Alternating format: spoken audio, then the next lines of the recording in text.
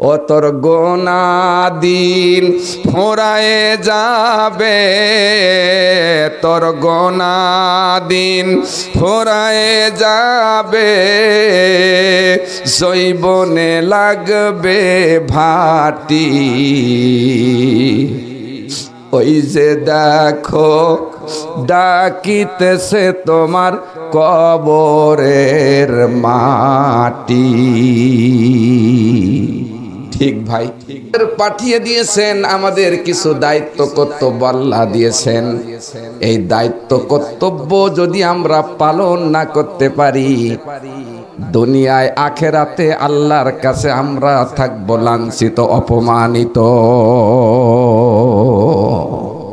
আপনাদের কাছে এখন প্রশ্ন হলো এটা, এই যে বিশাল আকাশ, সপ্তম আকাশ, সপ্তম জমিন কে সৃষ্টি করেছেন? আরো আসতে বললে আল্লাহ খুশি হবে। আমার ভাইয়েরা, আপনার আমার মতো সুন্দর একটি মানুষকে তৈরি করলেন, আমার আল্লাহ তৈরি করলেন।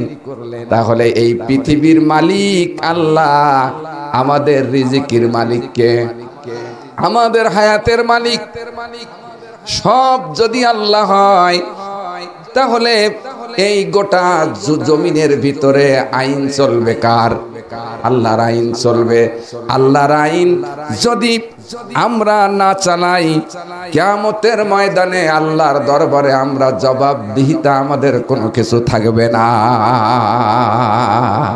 এই দায়িত্ব পীর সাহেবদের উপরে, এই সেই দায়িত্ব আলেমদের উপরে, এই দায়িত্ব আওয়ামী লীগের উপরে, বিএনপির উপরে, জাতীয় পার্টি, জামাত ইসলাম, শাসনতন্ত্র, মুসলিম লীগ, যত মুসলমান আছে সমস্ত মুসলমানের দায়িত্ব হলো আল্লাহর জমিনে আল্লাহর দ্বীন প্রতিষ্ঠিত করা।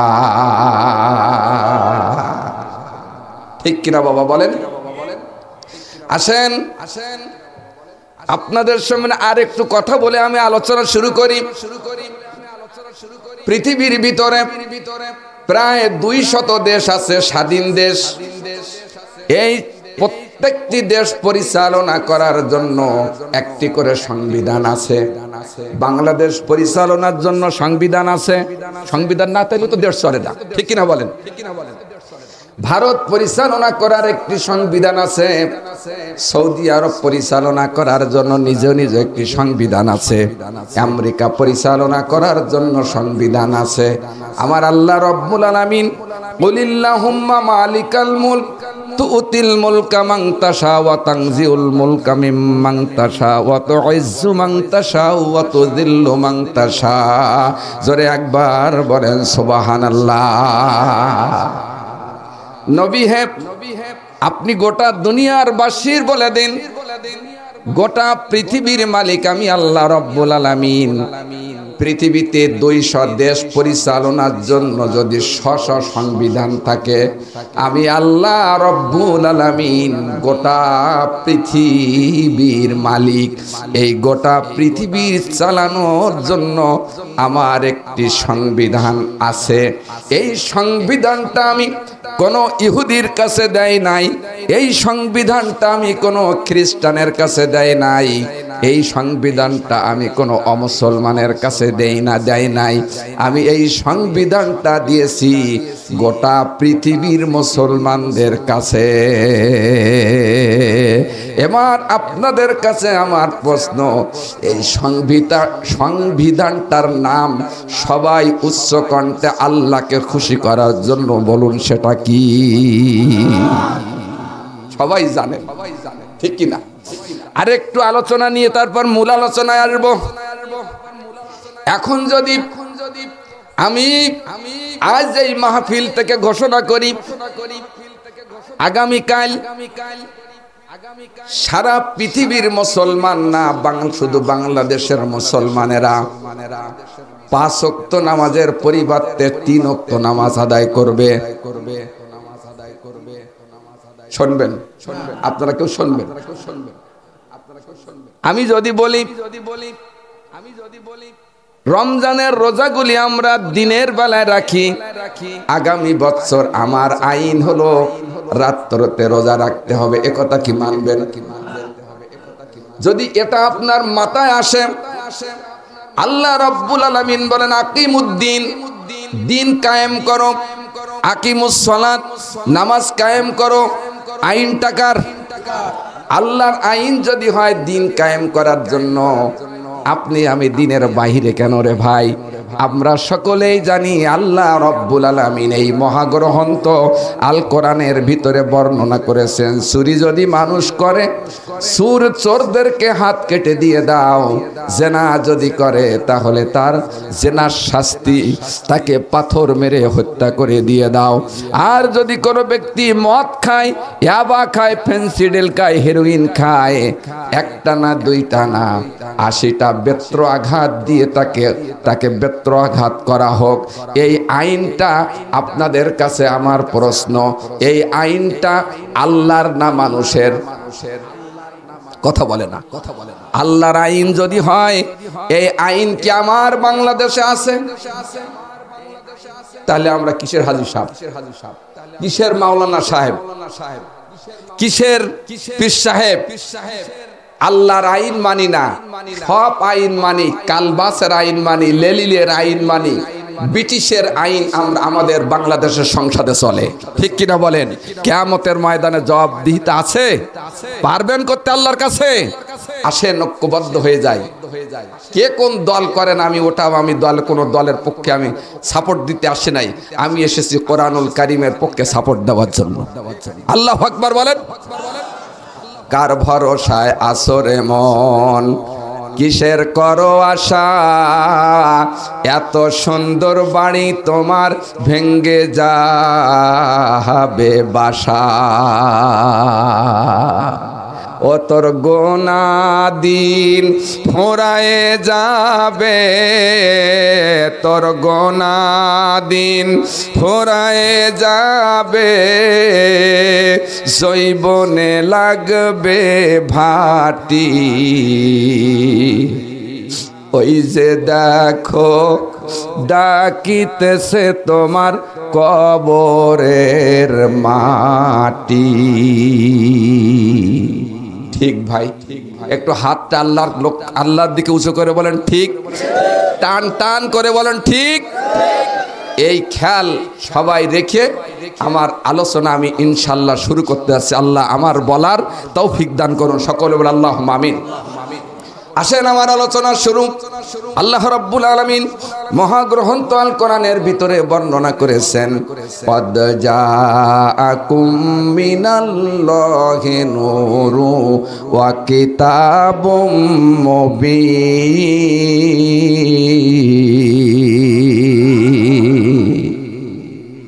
আমি আল্লাহ রাব্বুল আলামিন জাতির কল্যাণের জন্য দুইটা জিনিস আমি প্রেরণ করেছি।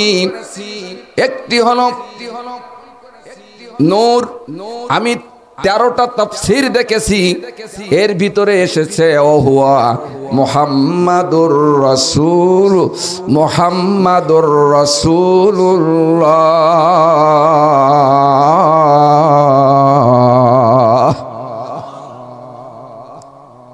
ওয়া কিতাবুম মুবিন। আর সুস্পষ্ট একটি বিধান, সেটা হলো মহাগ্রন্থ আল কোরআন। এই দুইটা আমি কেন দিলাম? জাহেলিয়াতের যুগের সমাজ ব্যবস্থা ছিল,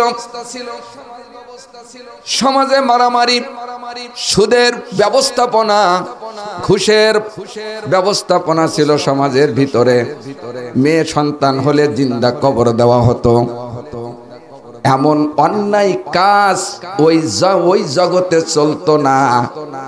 এই জন্য ওই জগৎটা বলা হয়েছে আইয়ামে জাহেলিয়াত জগৎ।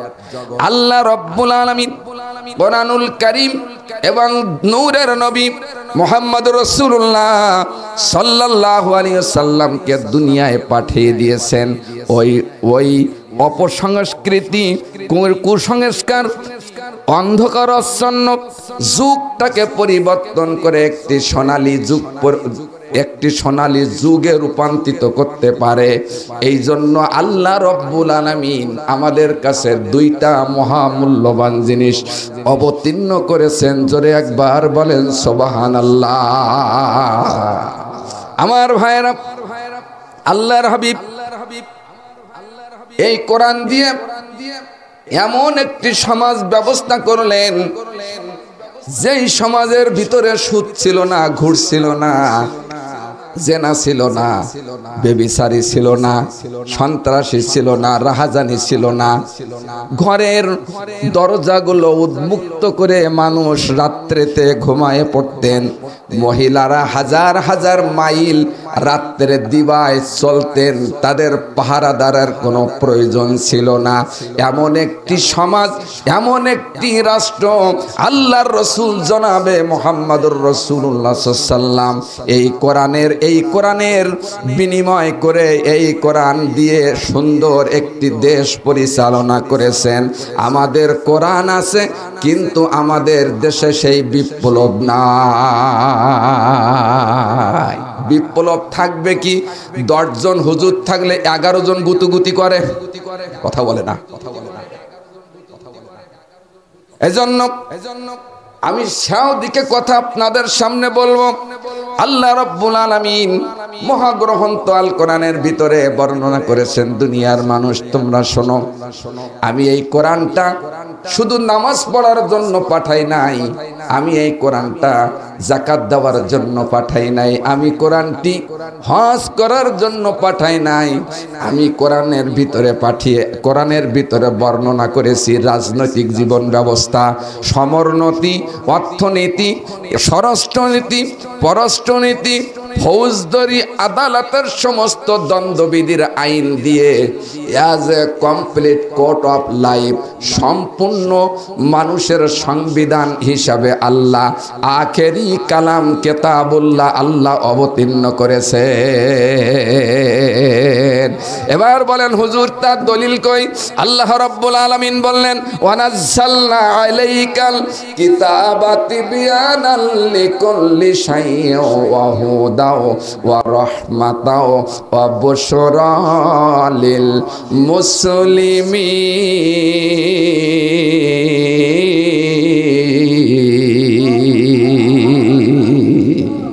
কথা কার? আমি আল্লাহর কথা শোনাচ্ছি, কেন না আল্লাহ রসুল জনাবে মুহাম্মদুর রাসূলুল্লাহ সাল্লাল্লাহু আলাইহি ওয়াসাল্লাম বলেছেন, মান ক্বালা বিহি সাদাকা ওয়া মান আমিলা বিহি উজরা ওয়া মান হাকামা বিহি আদলা ওয়া মান দাআ ইলাইহি ফাকাদ হুদিয়া ইলা সিরাতিম মুস্তাকিম, রাওয়াহু তিরমিজি। যেই ব্যক্তি কোরআনের কথা বলে সেই ব্যক্তি সঠিক কথা বলে, আর যিনি কোরআনের দিকে আহ্বান করে জাতির উচিত কোরআনের সংস্পর্শে চলে আসা। আমার ভাইয়েরা, আমি ভালো কাহিনীও বলতে পারি, আমি কি ভালো ওয়াজের কাহিনীও বলতে পারি, কারণ আমি আমার আল্লাহ রাব্বুল আলামিন আমার একটি মেধা আমাকে আল্লাহ দান করেছেন। এক সময় 1 ঘন্টা 2 ঘন্টা না, আল্লাহ তৌফিক দিলে আমি 3 ঘন্টা ইসলামী সঙ্গীত গাইতে পারি। এত ক্ষমতা আল্লাহ দিয়েছেন, আল্লাহর ক্ষমতা ছাড়া আর কোনো ক্ষমতা নাই। আমি 3 ঘন্টা কোরআন দিয়ে, কোরআন থেকে সরাসরি আয়াতে কারিমা দিয়ে ওয়াজ করার মতো আল্লাহ যোগ্যতা দিয়েছেন। আল্লাহ যোগ্যতা দিয়েছেন 3 ঘন্টা কেচ্ছা কাহিনী কথা বলার মতো যোগ্যতা দিয়েছেন। কিন্তু আমি কেচ্ছা কাহিনী বলবো না। কেচ্ছা কাহিনীর ভিতরে ত্রুটি বিচ্যুতি যদি হয়ে যায়, কিয়ামতের ময়দানে আল্লাহ রব্বুল আলামিন আগুনের কাঁচি দিয়ে আমার জিহ্বাটা আল্লাহ কেটে দিবে। ঠিক না বাপ? এই জন্য যতক্ষণ কথা বলবো কোরআন থেকে কথা বলবো। সকলেই বলেন আমিন। খবর পেয়ে আসবে যেদিন আত্মীয় স্বজন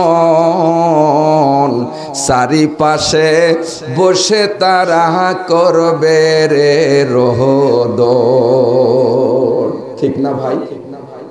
খবর পাইয়ে আসবে যে মাওলানা মুফতি বাকিবিল্লাহ বেলালি ভাই ইন্তেকাল করেছেন। আমার এখানের মানুষ যদি শুনে তা বলে না একটু ঘুরে আসি, ঠিক কিনা বলে? খবর পায়ে আসবে যেদিন আত্মীয় স্বজন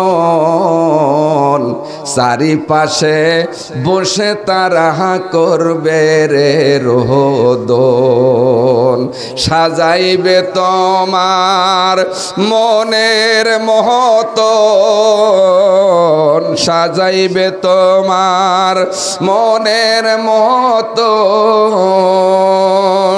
কি সুন্দর পরিপাটি ওই যে দেখো ডাকিতেছে তোমার কবরের মাটি লিল্লাহে তাকবীর আর লিল্লাহে তাকবীর আল কোরআনের আলো সংসদে জালো কোরআন আছে যেখানে কোরআন নাই যেখানে কোরআন আছে যে দলে কোরআন নাই যে দলে নারায়ে তাকবীর আল্লাহ পাক আমাদের কথাগুলো যেন বিশ্বময় ছড়িয়ে দেন আলহামদুলিল্লাহ কারণ আগামীকাল আপনারা বিশ্বের সব জায়গায় এই আলোচনা চলে যাবে ইউটিউব চলে যাবে ফেসবুক চলে যাবে ইন্টারনেটে চলে যাবে ইমোতে চলে যাবে সব জায়গাতে আগামীকাল পাওয়া যাবে আমাদের এই আলোচনা গোটা পৃথিবীর যে প্রান্তে আছে ঠিক কিনা ভাই আজকে আমাদের কথাগুলো ইউটিউব হবে আমাদের কথাগুলো মিডিয়ারা উঠাই নিচ্ছে এগুলো কথাগুলো আগামীকাল পোস্ট হবে গোটা দুনিয়ার মানুষ জানতে পারবে আমরা যেন কোরআনের দলে থাকতে পারি আল্লাহ তৌফিক দান করুন সকলে বলেন আল্লাহুম্মা আমিন ভাইরা আমার আসেন আমার আলোচনার দিকে আল্লাহ রাব্বুল আলামিন আল্লাহর হাবিবের কাছে যখন কোরআনুল কারীম অবতীর্ণ করলেন হেরা গুহায় অবতীর্ণ করার পরে আল্লাহ রাসূল যখন বাড়িতে চলে আসলেন আল্লাহর পাক রব্বুল আলামিন ঘোষণা দিলেন ওয়া আনজির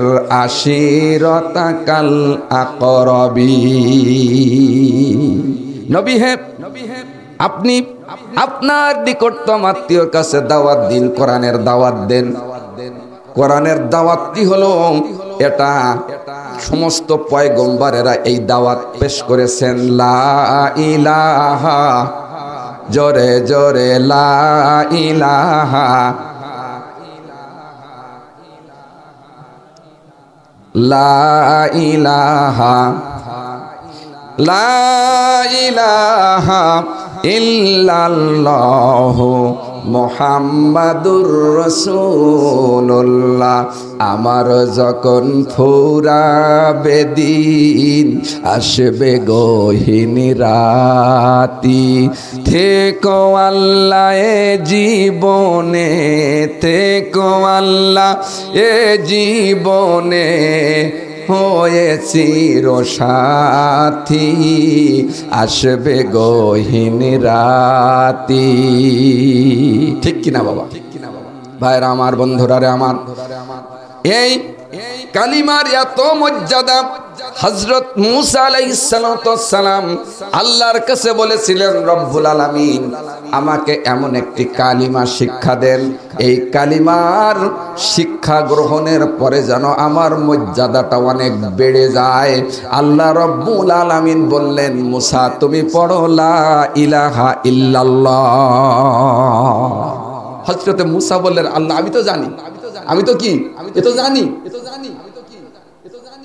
আমি তো এটা জানি বললেন মূসা তুমি আর জানো কিন্তু এর মর্যাদার কথাটা শোনো আসমান আর জমিনের সব বস্তুগুলি যদি একত্রিত করে ওজন করা হয় আর লা ইলাহা ইল্লাল্লাহ যদি এক পাল্লায় ওজন করা হয় আমার লা ইলাহা ইল্লাল্লাহর ওজনটা বেশি হবে চিৎকার দিয়ে একবার বলেন সুবহানাল্লাহ আমরা সেই লা ইলাহা ইল্লাল্লাহটা ভিক্ষার বুলি বানাইছি ঠিক কিনা বলেন গরিবেরা যখন যায় মার ভিক্ষা করতে যাবে লা ইলাহা ইল্লাল্লাহ মা দুটো ভিক্ষা কিন্তু এই বেটা ভিক্ষার বলি নয় হযরতে ইব্রাহিম আলাইহিস সালাম যখন বলেছিল লা ইলাহা ইল্লাল্লাহ, বলার সাথে সাথে নমরুদের রাজ প্রাসাদ ভেঙ্গে চুরে চুরমার করে আল্লাহ দিয়েছেন।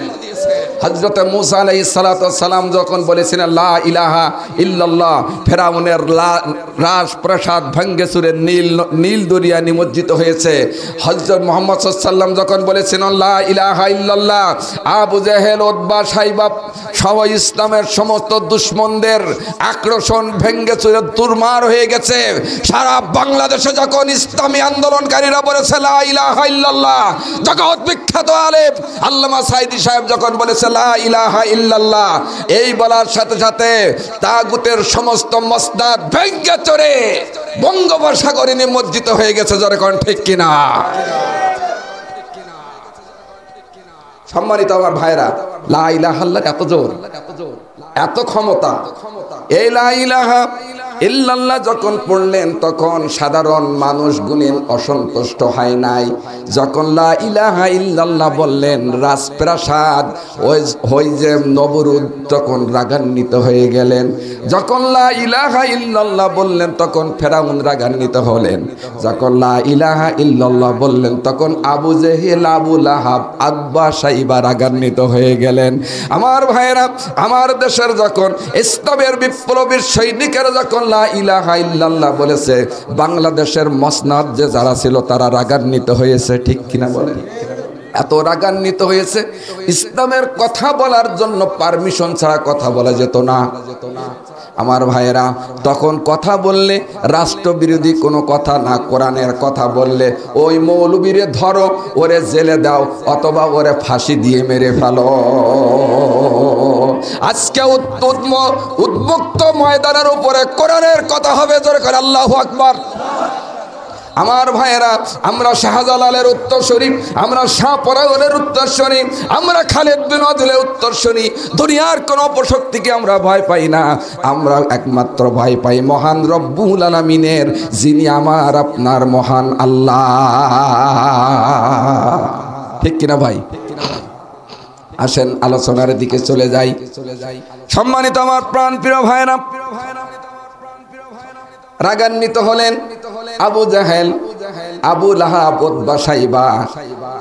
তখন আবু লাহাব বললেন, মুহাম্মদ, তুমি আমাদেরকে এই বাণী শিখাচ্ছ, এই বাণী তো আমরা গ্রহণ করব না।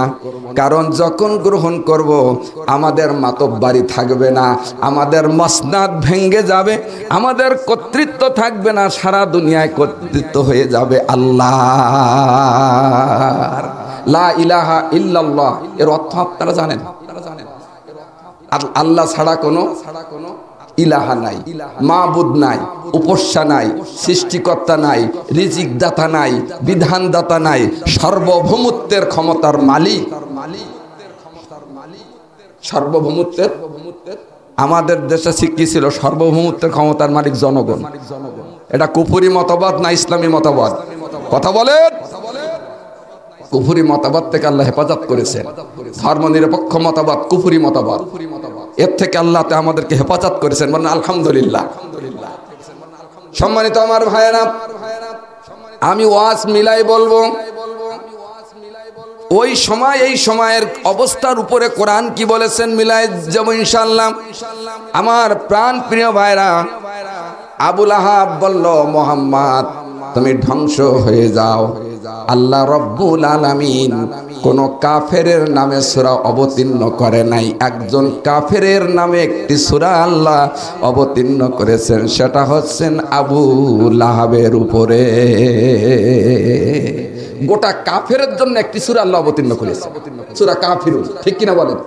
আর আবু জেহেলের নাম উল্লেখ করে একটি সূরা আল্লাহ অবতীর্ণ করেছেন। মুনাফিকদের নাম উল্লেখ করে আল্লাহ একটা সূরাও অবতীর্ণ করেছেন। মুমিনদের নাম উল্লেখ করে একটা সূরা আল্লাহ অবতীর্ণ করেছেন। মহিলাদের সম্পর্কে আল্লাহ একটা সূরা অবতীর্ণ করেছেন। মাকড়সা সম্পর্কে আল্লাহ পাক সূরাতুল আনকাবুত অবতীর্ণ করেছেন। তাহলে আবু লাহাব কোন কোয়ালিটির মানুষ ছিল যে তার কার্যক্রমগুলো আল্লাহ কোরআনে বলেছেন? আমি সেদিকে যাচ্ছি পারি ইনশাআল্লাহ। আমার আল্লাহ রব্বুল আলামিন মহাগ্রন্থ আল কোরআনের ভিতরে সূরাতুল লাহাব অবতীর্ণ করে বললেন, ইয়া রাসূলুল্লাহি, আপনি চিন্তা করবেন না, আপনি পেরেশান হবেন না, আপনার ধ্বংস হতে বলল। আর আমি আল্লাহ কি ঘোষণা দিলাম? তাব্বাত ইয়াদা আবি লাহাব ওয়া তাব। আবু লাহাব তার হস্তদ্বয় ধ্বংস হবে। হস্তদ্বয় মানে হাত না, এটা ক্ষমতার হাত। কিসের হাত? ক্ষমতার হাত। হাত তো সবাই আছে। আমার যদি ক্ষমতা থাকে, দেশের প্রেসিডেন্ট আমি থাকি, আমার ক্ষমতা যেটা সেটা আমার হাতের ক্ষমতা, এটা ঠিক কিনা? আল্লাহ বলে ক্ষমতা হাত, হস্তদ্বয় আমি ধ্বংস করে দিলাম, আমি সে নিজেও ধ্বংস হয়ে যাক। কথাটা কার?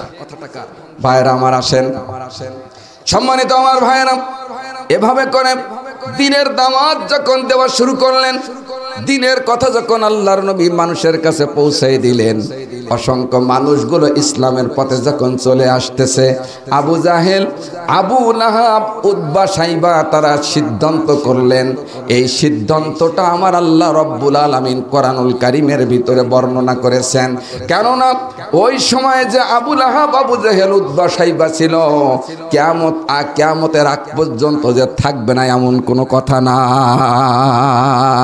আমাদের দেশেও এরকম, আমাদের দেশে হামান, ফিরাউন, নমরুদ, আবু জেহেল, আবু লাহাব, উতবা, সাইবা, ওদের অনুসারী কিছু লোক আমাদের দেশে এখনো আছে না নাই? তারা আমার ভাইয়েরা, এই জন্য আল্লাহ বলেন ওদের আবু জেহেলের কার্যক্রম যদি এই যুগের মানুষের কার্যক্রমের মতো হয়, মনে করবেন ওটা আবু জেহেলের রক্ত। আসেন আলোচনার দিকে। সম্মানিত আমার প্রাণ প্রিয় ভাইরা, আবু জেহেল, আবু লাহাব, উতবা, সাইবা ওরা একত্রিত হয়ে দারুন নাউদওয়ান বৈঠকে একটি আইন পাশ করলেন। আইনটা হলো আল্লাহ কোরআনে বলে দিয়েছেন, ওয়া ইয ইয়ামকুরু বিকাল্লাযীনা কাফারু লিইসবিতুকা আও ইয়াকতুলুকা আও ইখরিজুকা ওয়া ইয়ামকুরুনা ওয়া ইয়ামকুরুল্লাহ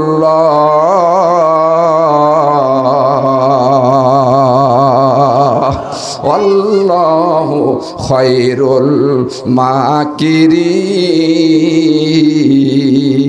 মাকিরিন। একটু হাত উঠাই বলুন আল্লাহু আকবার।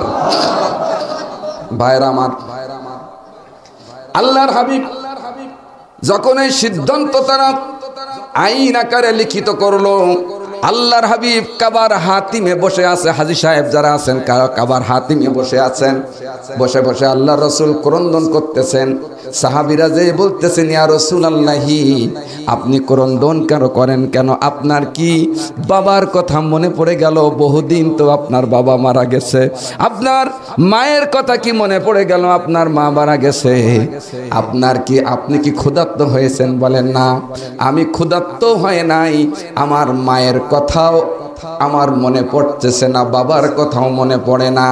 আমার চিন্তা হচ্ছে আবু জাহেল, আবু লাহাব, ওয়ালিদ বিন মুগিরা এবং ইসলামের এই যে চূড়ান্ত দুশ্মনগুলো দারুন নাউদওয়ান বৈঠকে যে আইন পাশ করেছে, এই আইনটা যদি বাস্তবায়ন করে, এই আইনটা বাস্তবায়ন করলে আমি শেষ হয়ে যাব, আমাকে হত্যা করবে, আমার সঙ্গ যারা আছে সব মারা যাবে। এ আল্লাহ রব্বুল আলামিন আমাকে যে দায়িত্ব দিয়েছেন, এই দায়িত্ব পালন করার দুনিয়ায় আর কোনো লোক থাকবে না। আল্লাহর জমিনে আর কোনো লোক থাকবে না। এই জন্য আমি ক্রন্দন করতেছি। আমার ভাইয়েরা, সিদ্ধান্ত করলেন, 1 নম্বর সিদ্ধান্ত, লিইসবিতুকা, তাকে আমৃত কারাদণ্ড দিতে হবে। আমৃত কারাদণ্ড দিয়ে যদি আমরা সেখানে না রাখতে পারি, আও ইয়াকতুলুকা, তাহলে তাকে হত্যা করতে হবে। যদি আমরা এটা না পারি, আও ইখরিজুকা, তার দেশান্তর করে দিতে হবে দেশ থেকে। এই 3টা সিদ্ধান্ত গ্রহণ করলেন। এই সিদ্ধান্ত জানিয়ে দিয়েছেন কিয়ামতের আগে আলেম উলামাদেরকে, এই আলেম উলামাদের প্রতি যারা এই সিদ্ধান্ত গ্রহণ করবে, তারা মনে করবেন এই বর্তমান যুগের digital smart Abu Lahab, Abu Jahl, Utba, Shaiba. বন্ধুরা রে আমার, তাহলে আইন পাশ হলো। আল্লাহর হাবিব সাল্লাল্লাহু আলাইহি ওয়াসাল্লাম সহ 43 জনকে আবু শিয়াব কারাগারের ভিতরে লক আপ করে দিলেন, আটকাই দিলেন। একদিন না, 2 দিন না, আমার দ্বীনের নবী 3টা বছর জেলখানায় ছিলেন। অফির রেওয়াতিন, অন্য রেওয়াতের ভিতরে আছে 29 মাস। আরেকটি বর্ণনা কয় মাস? 29 মাস। আমার মনে হয় আল্লাহ রসুলের বড় অপরাধ ছিল। পিছন দিক থেকে একটু সবাই কথা বলেন। কোনো অপরাধ ছিল না, একটি অপরাধ ছিল, ওয়ামা নাকামু মিনহুম ইল্লা আইয়ুমিনু বিল্লাহিল আজিজিল হামিদ।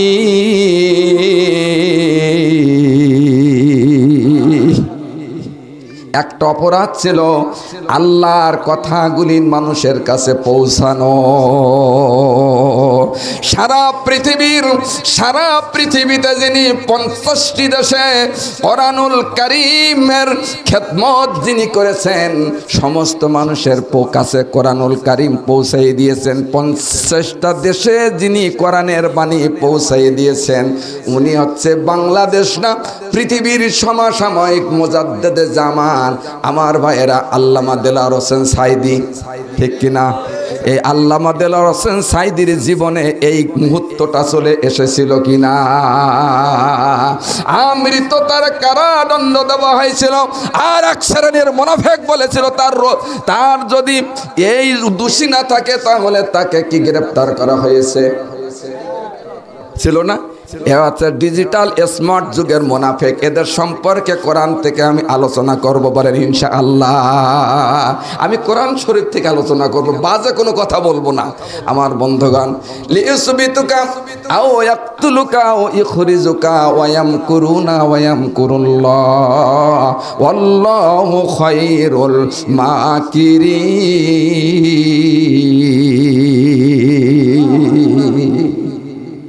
সম্মানিত আমার প্রাণ প্রিয় ভাইরা, আসেন তাহলে আল্লাহ রাব্বুল আলামিনের রাসূলের উপরে এই নির্যাতন আসলো, নিপীড়ন সহ্য করলেন, ক্ষুধার যন্ত্রণায় ওই কারাগারের ভিতরে দিন কেটে যায়, রাত কেটে যায়, খাওয়া নাই, কিছু নাই। যারা খাওয়ার জন্য, তাদের সহযোগিতার জন্য পরিবার থেকে যারা ওখানে দিতে গেছেন, খাদ্য দিতে গেছেন, তাদেরও নিয়ে হাজতে দিয়েছেন। এর পূর্বে আমাদের অবস্থা দেশে এটা হয়েছিল কি না? একটা না, 2টা না, 1 দিন না, 2 দিন না, 4 বার জেলে ছিলাম।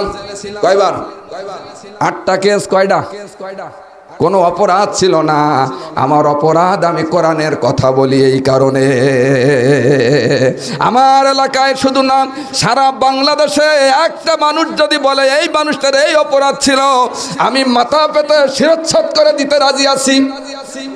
কোনো অপরাধ আমার ছিল না, আমি আল্লাহর কোরআনের বাণী মানুষের কাছে পৌঁছে দিয়েছি। এই কারণে আমার জীবনে এরকম বিপদ চলে এসেছে।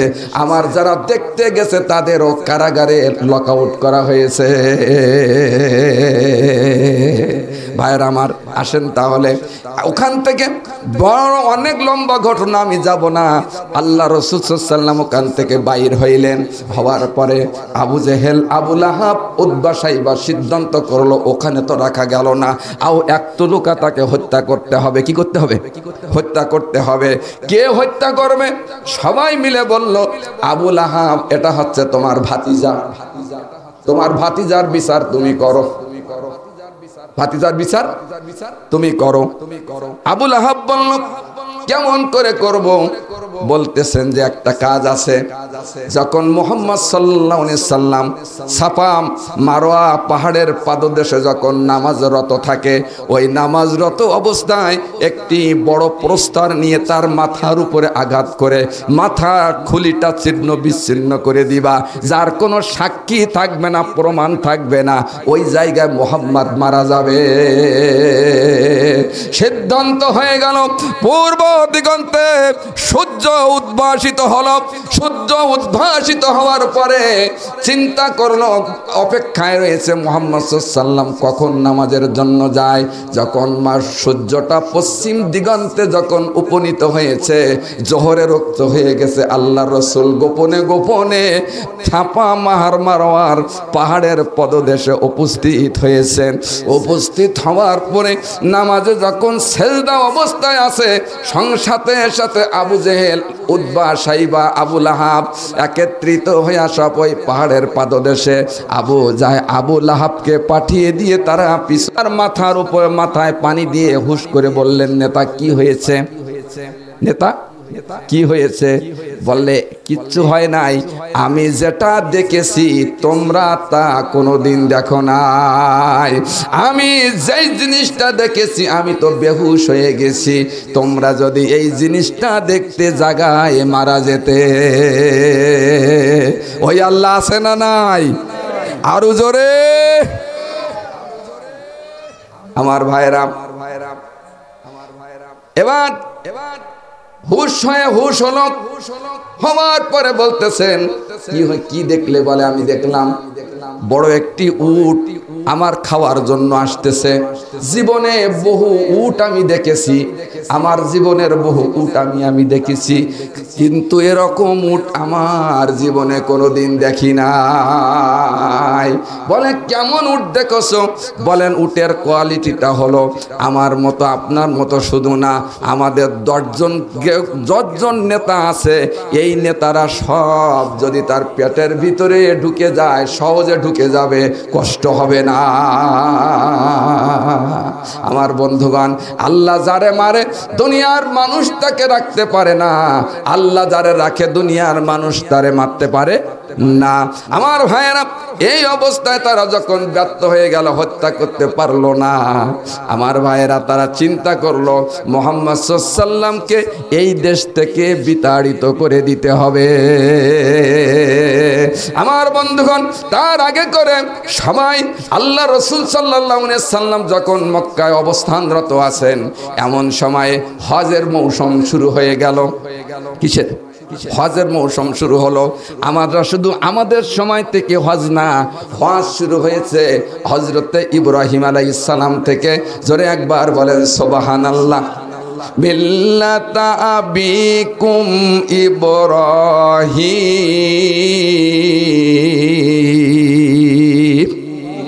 হুয়া সাম্মাকুমুল মুসলিমিন।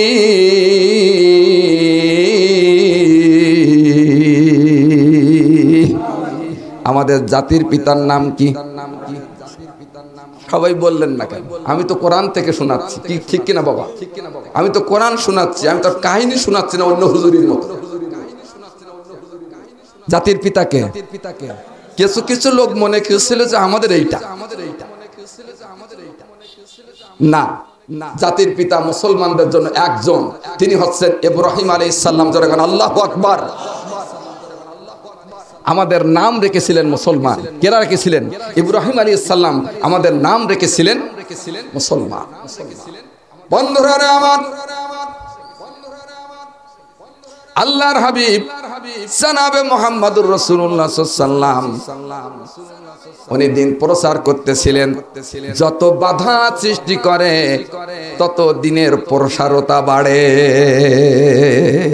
মনে করল বাংলাদেশের ইসলামী আন্দোলনের সব নেতা কর্মীদেরকে ফাঁসি দিয়ে শেষ করে দিব, কিন্তু দেখা গেল ইসলামী আন্দোলন বাংলাদেশে বেড়ে গেছে না কমে গেছে? নারায়ে তাকবীর।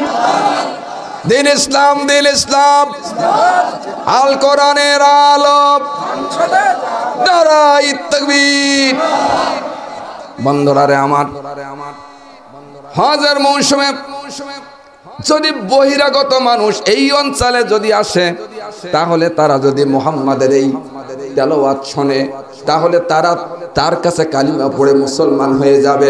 আবু জাহেল উতবা সাইবা বলল তাহলে কি করা যায়? বলে কর্নারে কর্নারে আমাদের মানুষগুলো থাকবে, যেন কোনো জায়গায় দ্বীনের কথা কোরআনের কথা না বলতে পারে। আল্লাহ রাব্বুল আলামিন কোরআনুল কারীমের ভিতরে বর্ণনা করেছেন যে ওয়াকালাল্লাযীনা কাফারু লা তাসমাউ লিহাদাল কুরআনি ওয়ালগাউ ফীহি লাআল্লাকুম তাগলিবুন।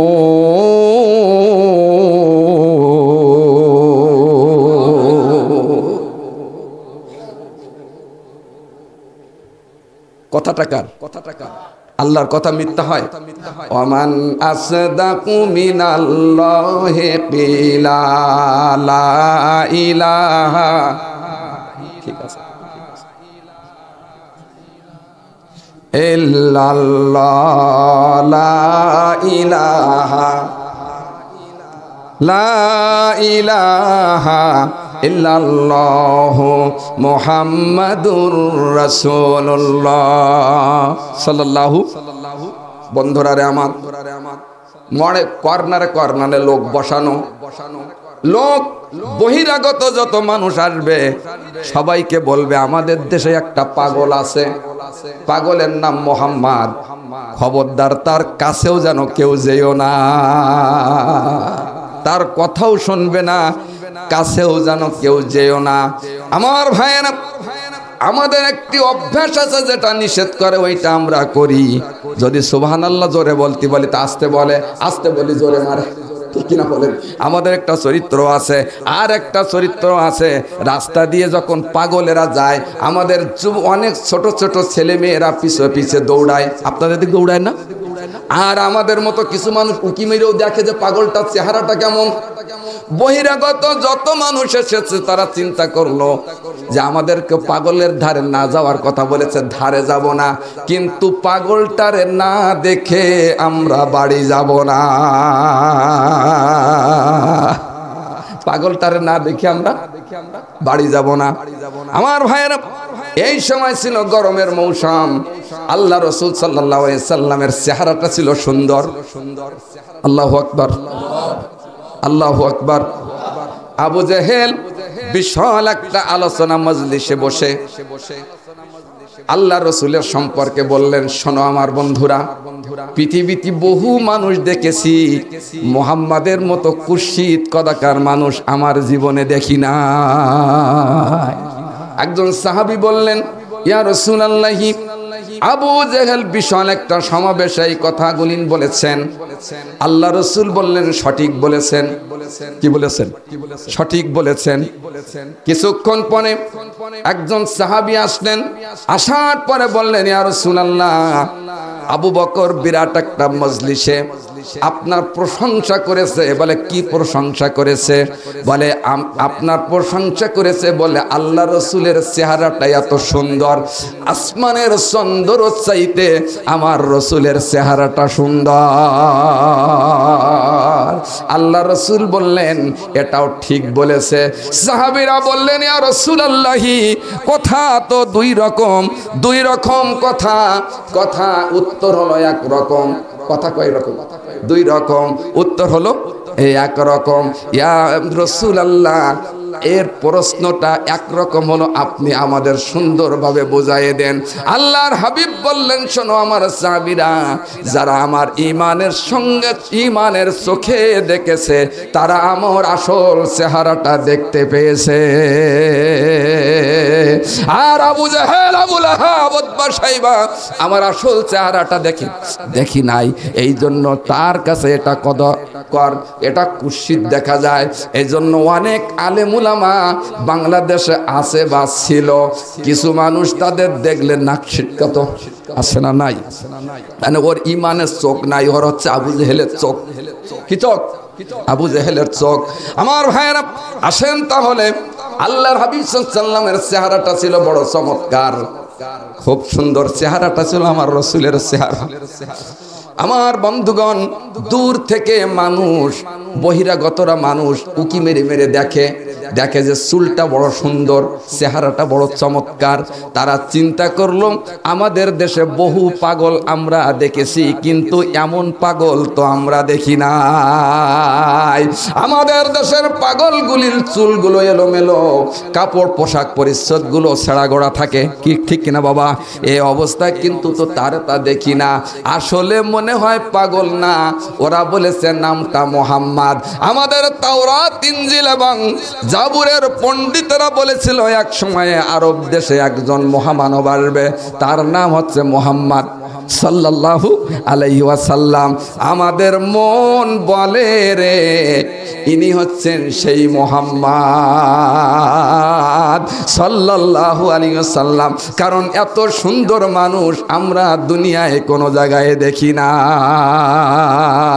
পূর্ণিমার চাঁদ হার মেনে যায়, আল্লাহ রাব্বুল আলামিন এত সুন্দর চেহারা জনাবে মুহাম্মদ রাসূলুল্লাহ সাল্লাল্লাহু আলাইহি ওয়াসাল্লামকে দিয়েছেন, যা দুনিয়ায় কাউকে এত সুন্দর চেহারা আমার আল্লাহ দেয় না। বন্ধুরা রে আমার, তখন ওরা কি করলো? আরো নিকটবর্তী হতে চাইলো, আরো নিকটবর্তী নিকটবর্তী হলে তখন গ্রীষ্মের সময় আল্লাহ রাসূল সাল্লাল্লাহু আলাইহি ওয়াসাল্লাম কাবার হাতিমে বসে আছেন, চেহারা মোবারক দিয়ে আস্তে আস্তে করে যখন ঘাম মোবারক যখন এখানে এসে পড়লো, কোথায়? চেহারার উপরে পড়লো। দূর থেকে দেখা যায় এটা ঘাম না, মুক্তার দানা যেন ঝলমাল করতেছে। সাহাবীরা আতর বানায় ওই নবীজির ঘাম, সাহাবীরা আতর বানায় ওই নবীজির ঘাম। রহমতে আলম নবী নূরে মুজাসসাম, বলো না রহমতে আলম নবী নূরে মুজাসসাম। সাহাবীরা আতর বানায় ওই নবীজির ঘাম, সাহাবীরা আতর বানায় ওই নবীজির ঘাম। সুবহানাল্লাহ। কাল দুপুরবেলা বলবেন, আজকে শুনবেন আর কালকে দুপুরবেলা একসঙ্গে বাড়ি যেয়ে বলবেন সুবহানাল্লাহ। আপনার স্ত্রী বলবে তো মাহফিল শুনে অর্ধেক পাগল হয়ে বাড়ি, ঠিক না বলে? বন্ধুরা রে আমার, এভাবে করে যত মানুষ যায়, আল্লাহ রাসূল সাল্লাল্লাহু আলাইহি ওয়াসাল্লাম কোরআনুল কারীম তেলাওয়াত করতেছিলেন। কি তেলাওয়াত করতেছিলেন? কোরআনুল কারীম। আমি যতই পড়ি ততই মধুর লাগে, ও খোদা তোমার কোরআনের বাণী। আমি যতই শুনি ততই মধুর লাগে, ও খোদা তোমার কোরআনের বাণী। কার কার লাগে? আল্লাহকে হাত উঠাই দেখার, নারাই তাকবীর। আল্লাহ কবুল করে নিন, জোরে একবার বলো না আমিন। আল্লাহর কোরআনের বাণী সবাই শুনতে ভালো লাগে, কিন্তু আবু জেহেলের লাগে না, আবু লাহাবের লাগেনি, উতবা সাইবা লাগেনি। এই সমাজেও কিছু মানুষ আছে কোরআন তেলাওয়াতের চাইতে গান বাজনা ভালো লাগে, আছে না ভাই?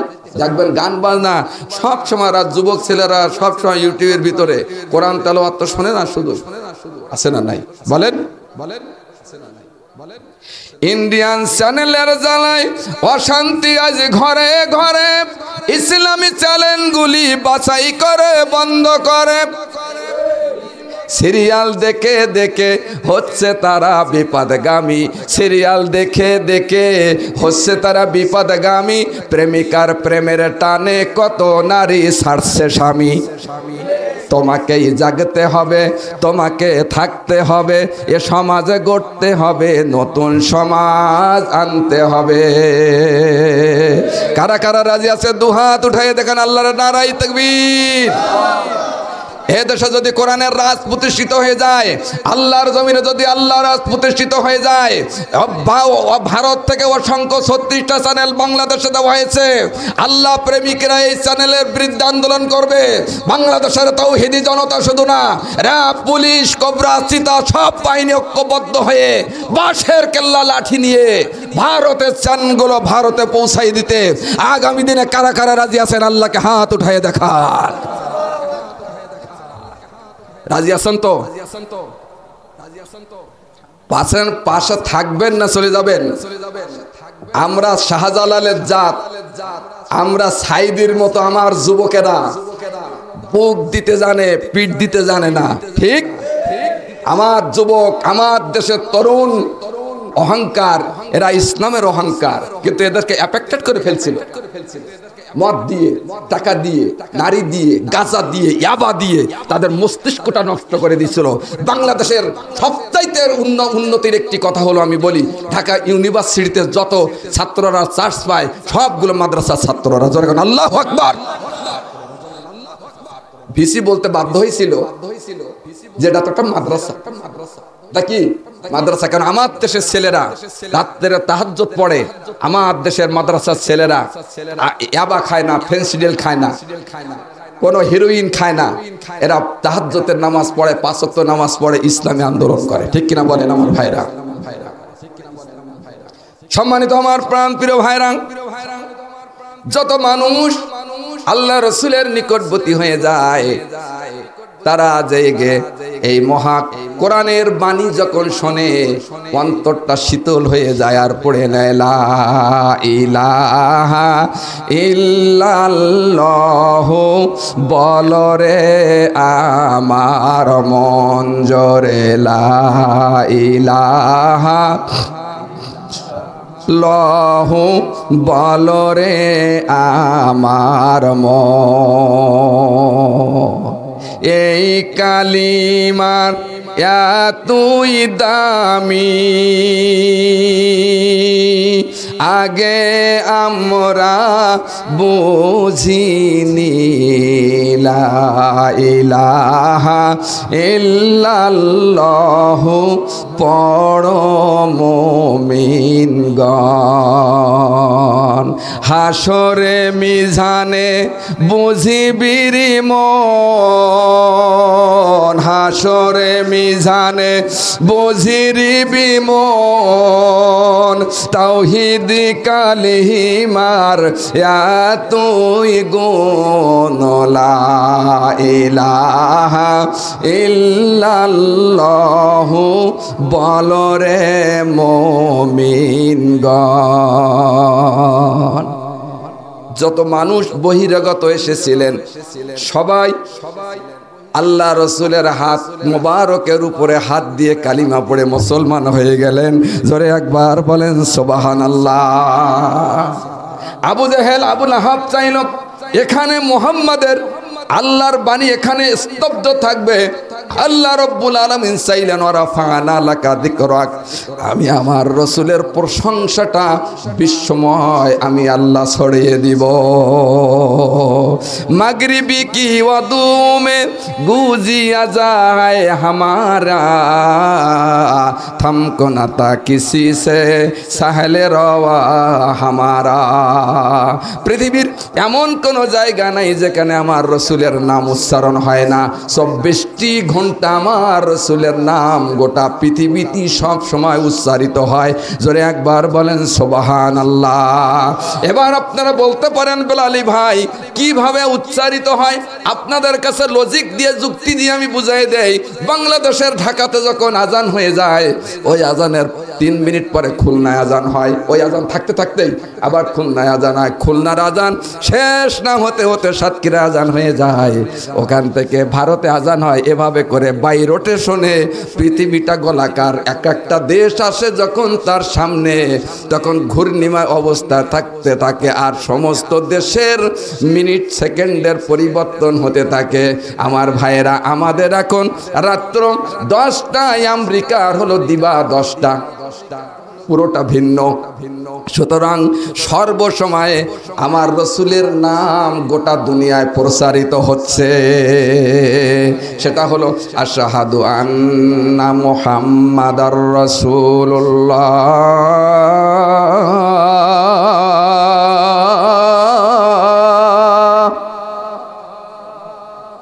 আরো জোরে, আরো জোরে।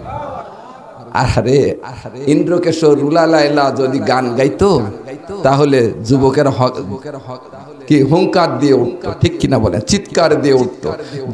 মানুষের কপাল পুড়িয়েছে আল্লাহর নাম রসুলের নাম শুনলে একটু জোরে হাউ বলে না, হুম বলে না, ঠিক কিনা আমার বলেন আমার ভাইরা। এজন্য আমি রুলাল আল্লাহ এন্দ্রকেশর যেরকম গান গাইতে পারে আমু গান গাইতে পারে, আল্লাহ আমারও কণ্ঠ ভালো দিয়েছেন আলহামদুলিল্লাহ বলেন। আজি প্রতি রাতি জেগে থাকি তোমার আশায়। কি ছেলেরা গাইছিল না আগে, কথা বলে না আমার ভাইরা। এই গানটা গাইলো অন্তর্যামীকে, আল্লাহ অন্তরের খবর রাখে, কিন্তু আমার সঙ্গে আপনারা গান। আল্লাহ রব্বুল আলামিন এই মুহূর্ত আল্লাহ আপনার উপরে নেকি দান করবেন। জোরে একবার বলেন সুবহানাল্লাহ। আজি প্রতি রাতি জেগে থাকি নেকির আশায়। মুমিনেরা নেকির আশায় জেগে থাকে, ঠিক কিনা আমার ভাইয়েরা। মুমিনেরা তাসবিহ গনে, মুমিনেরা রাত জেগে জেগে তাহাজ্জুদের নামাজ আদায় করে, মুমিনেরা রাত জেগে জেগে আল্লাহর কোরআন তেলাওয়াত করে। আমার এই জন্য আমি বলি আজি প্রতি রাতে জেগে থাকি নেকির আশায়। তুমি নেকি দেবে তাই প্রভু তোমারই গান গাই, দুই চোখে ঘুম আসে না নেকির আশায়। আজি প্রতি রাতে জেগে থাকি কোরআন শোনার আশায়। কারা কারা দুই হাত তুলে নারায়ে তাকবীর। কিসের আশায়? আল্লাহ খুশি হয় না অখুশি হন? গান গাইতে পারি, আল্লাহ কণ্ঠটা আমার ভালো দিয়েছে, কিন্তু ওই যে গান ইসলাম অনুমোদন করে নাই ওই গানটা গাওয়া যাবে না। এজন্য আমার বাংলাদেশের আমরা একদল ইসলামী সঙ্গীত জগতের আকর্ষণীয় শিল্পী আমরা আসছি। ইউটিউবিতে বিভিন্ন জায়গাতে আমাদের আলোক মানে এই ইসলামী সঙ্গীতগুলো দিচ্ছি, যা মানুষের মন শীতল করে দেয় আলহামদুলিল্লাহ। বন্ধুরা রে আমার, তাহলে যত বহিরাগত যত মানুষ এসেছেন সবাই কিন্তু মুসলমান হয়ে গেলেন। জোরে জোরে কি সুবহানাল্লাহ বলা যাবে না? আজকে এই পর্যন্ত থাকবে না, আটটুকুন চলবে, আর একটুকুন চলবে কতক পর্যন্ত? হ্যাঁ আলহামদুলিল্লাহ না 10টা স্টেশনের রেলগাড়িটা নাইবা চলে ঘড়ির কাটা, কখন বাড়ে 10টা। আমার লক্ষ্য চারিদিক আমার বাসা কাছে আছে তো সব চারিদিক, ঠিক কিনা বলেন? সম্মানিত আমার প্রাণ প্রিয় ভাইরা, আবু জেহেল কি চাইলো?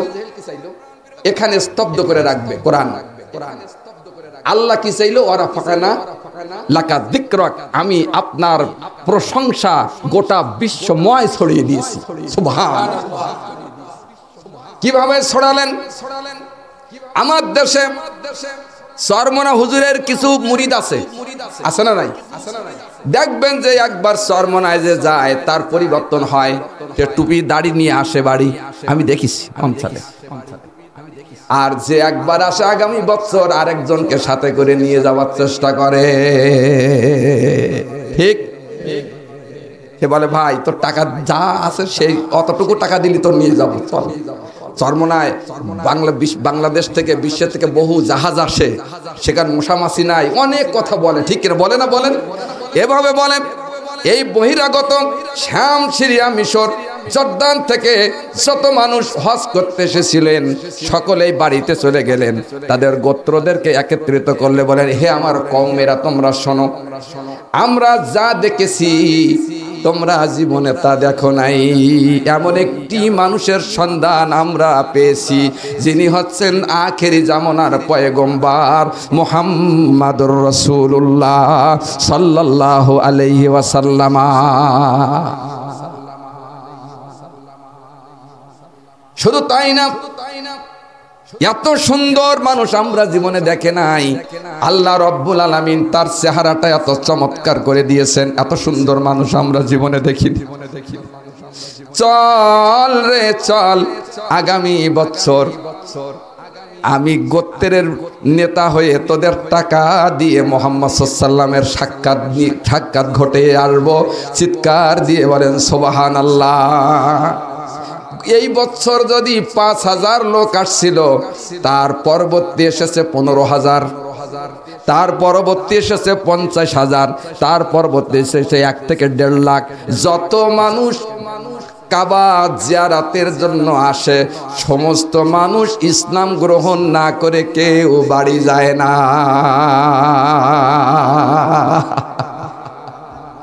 সম্মানিত আমার প্রাণ প্রিয় ভাইরা, এজন্য আসেন এই কোরআন সংস্পর্শে আমরা নাই, কোরআন থেকে আমরা দূরে।